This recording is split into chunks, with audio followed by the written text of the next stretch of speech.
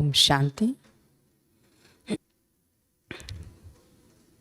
8/1/2024 சிவபாபானுடைய இனிமையான மகா வாக்கியம். சாக்கார முரளி, பாப்தாதா, மதுபன். முரளியின் கேள்வி பதில்கள்.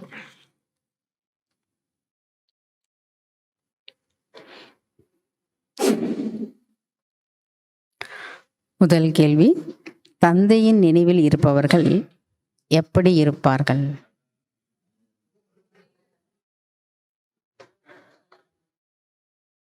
பாபா சொல்றாரு, மிகவும் ரம்ணிகரமாக மற்றும் இனிமையாக இருப்பார்கள், குஷியில் இருந்து சேவை செய்வார்கள். மிகவும் ரம்ணிகரமாக மற்றும் இனிமையாக இருப்பார்கள், குஷியில் இருந்து சேவை செய்வார்கள். இரண்டாவது கேள்வி, பிரம்மா பாபாவிற்கு சமமானவர் யார்?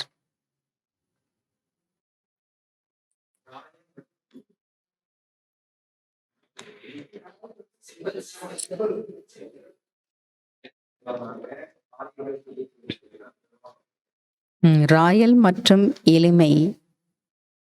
ராயல் மற்றும் எளிமை என்ற இந்த இரண்டில் சமநிலையில் இருந்து காரியங்கள் செய்யக்கூடியவர்கள்தான் பிரம்மா பாபாவிற்கு சமமானவர் ஆவார்கள்.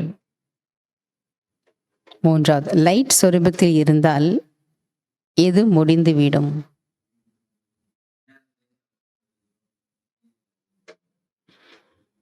வீணான எண்ணங்கள், வீணான நேரம் அனைத்தும் முடிந்துவிடும். நான்காவது, எதில் நிறைய நன்மை இருக்கிறது?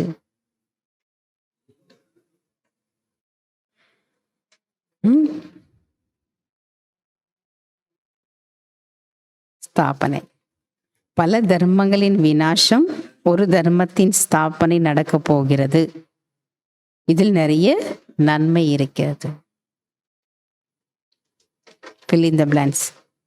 தந்தையின் நினைவில் இருந்து டேஷ் இருங்கள்.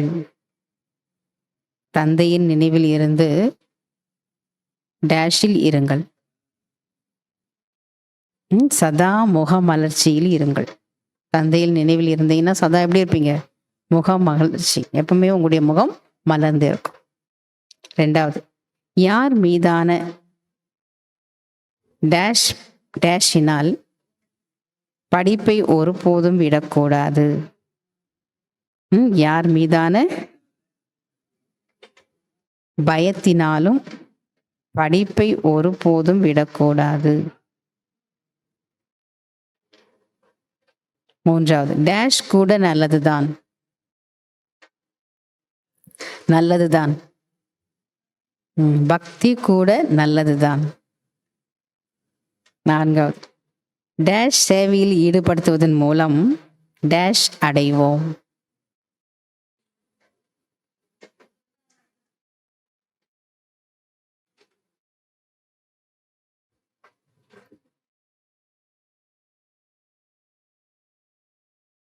ஞானத்திலே சில குழந்தைகள் ஞான மார்க்கத்தில் வரமாட்டாங்க. அப்போ பக்தியும் இல்லை அப்படின்னா நல்லது கிடையாது இல்லையா? அதுல பாபா சொல்ற பக்தி கூட நல்லது தான்.